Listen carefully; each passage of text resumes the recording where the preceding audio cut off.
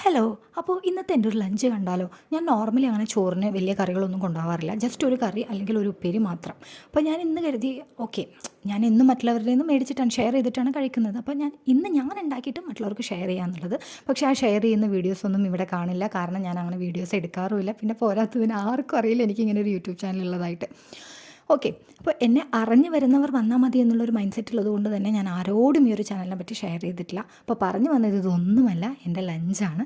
ഞാനിന്ന് ചോറിന് ഉണ്ടാക്കിയത് അമര ഉപ്പേരിയാണ്. ദെൻ ഫിഷ് ഫ്രൈ ഉണ്ടായിരുന്നു. പിന്നെ എൻ്റെ അമ്മ എന്നെ നാട്ടിൽ നിന്ന് വിളിക്കുമ്പോഴും പറയും ഇലക്കറികൾ കഴിക്കണം, ഇലക്കറി വളരെ നല്ലതാണെന്നുള്ളത്. ആക്ച്വലി അത് വളരെ നല്ലത് തന്നെയാണ്, പക്ഷേ ഞാൻ തീരെ കഴിക്കാറില്ല. അപ്പോൾ അങ്ങനെ ഇന്നലെ ഞാൻ ചീര കണ്ടപ്പോൾ ചീര മേടിച്ചിട്ടുണ്ടായിരുന്നു. ആ ചീരയും കൊണ്ട് ഞാൻ കറി വെച്ചു. പിന്നെ നോർമൽ അച്ചാർ, അത് ഞാൻ ബോട്ടിൽ അച്ചാർ ഞാൻ മേടിച്ചതാണ്. ഓക്കെ, അപ്പോൾ ഇതുകൊണ്ടുകൂടി ഞാൻ പണിക്ക് പോവുകയാണ്. നമുക്ക് അടുത്ത വീഡിയോ ആയിട്ട് കാണാം.